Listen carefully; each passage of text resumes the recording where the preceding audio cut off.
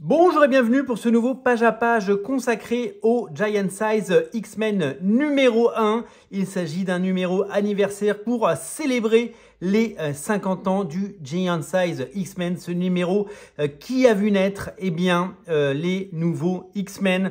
Et cette couverture de Adam Kubert témoigne de cet héritage. Alors, dans le cadre de cet anniversaire, des décisions éditoriales douteuses ont été prises chez Marvel Comics visant à une nouvelle fois imposer le personnage de Kamala Khan.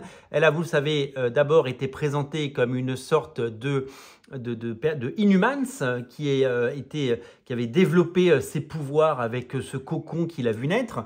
Et puis finalement, comme les mutants étaient quand même beaucoup plus populaires que les Inhumains, ils en ont fait une mutante, comme quoi elle est née comme ça et elle a développé ses pouvoirs. Ils essaient de rattacher ça depuis longtemps, d'imposer ce personnage qui par ailleurs a sa propre histoire. Donc c'est vrai que c'est bizarre de vouloir absolument en faire une X-Men.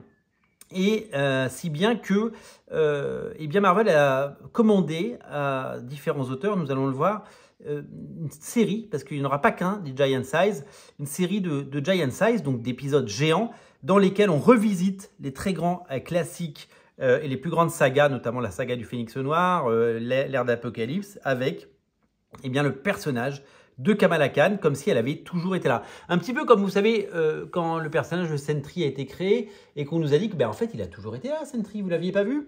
C'est un petit peu ça. Alors, je ne sais pas si c'est juste une parenthèse éditoriale ou si c'est une façon de réécrire l'histoire. Je ne sais pas si dans 2 ans, ces épisodes que nous allons voir continueront de faire foi et que ce sera canon dans la continuité. Je trouve juste que le procédé est un peu poussif et n'est pas forcément très, très heureux. Voilà.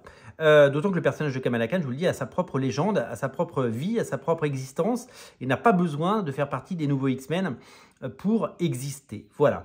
Cependant, je l'ai quand même acheté. Ça m'a quand même coûté 4,99 €, 5 €. Je l'ai acheté et pourquoi je l'ai acheté? Parce que d'abord, j'ai vu qu'il y avait une couverture d'Adam Kubert. Et moi, Adam Kubert, j'adore. Je suis fan depuis 30 ans d'Adam Kubert et j'ai tendance à acheter un peu tout ce qu'il fait.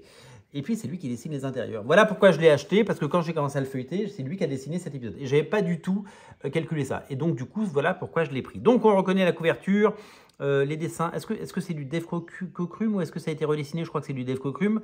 Les X-Men qui apparaissent avec, au milieu, Kamala Khan, comme si c'était la patronne. Alors, petite publicité pour les Fantastic Four de Ryan North et Humberto Ramos qui arrivent en juillet chez Marvel Comics.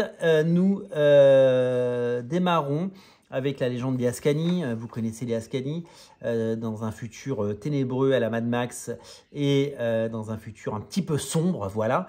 Graphiquement, c'est parfait. Petite publicité pour l'intégralité du crossover Godzilla Marvel avec ce one-shot qui s'appelle Godzilla Destroys the Marvel Universe avec sa couverture de Mark Brooks, et ce one-shot sera scénarisé par Jerry Duggan et Javier Cardone au dessin.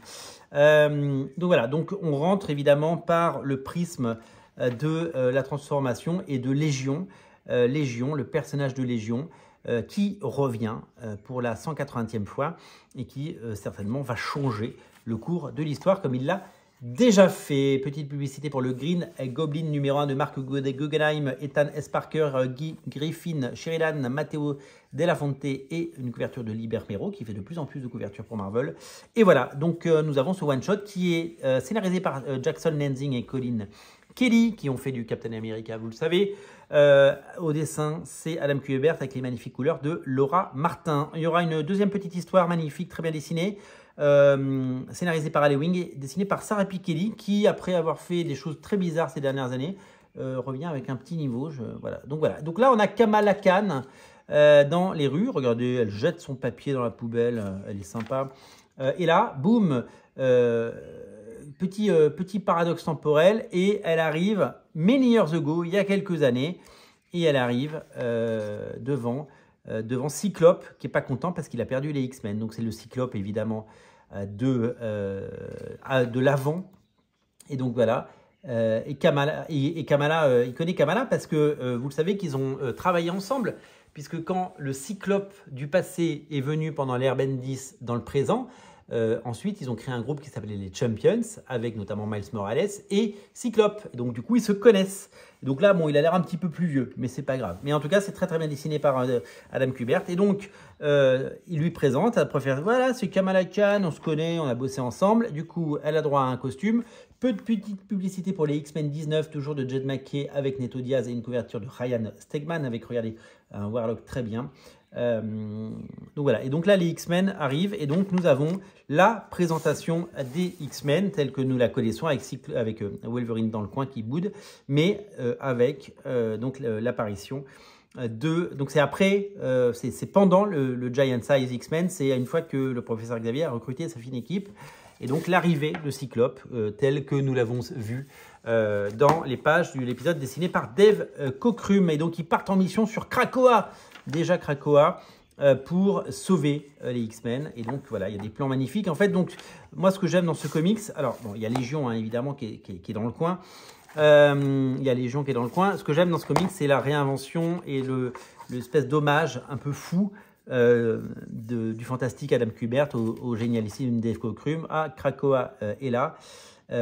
Cette île est un mutant. Voilà, nous on connaît l'histoire, mais peut-être que tout le monde ne la connaît pas. Et donc on y voit, des très belles pages de Adam Kubert. Et c'est vraiment je l'ai feuilleté en boutique avant de le prendre, hein, pour tout vous dire. J'ai hésité, mais je l'ai pris parce que comment résister au dessin, comment dessiner, résister au dessin.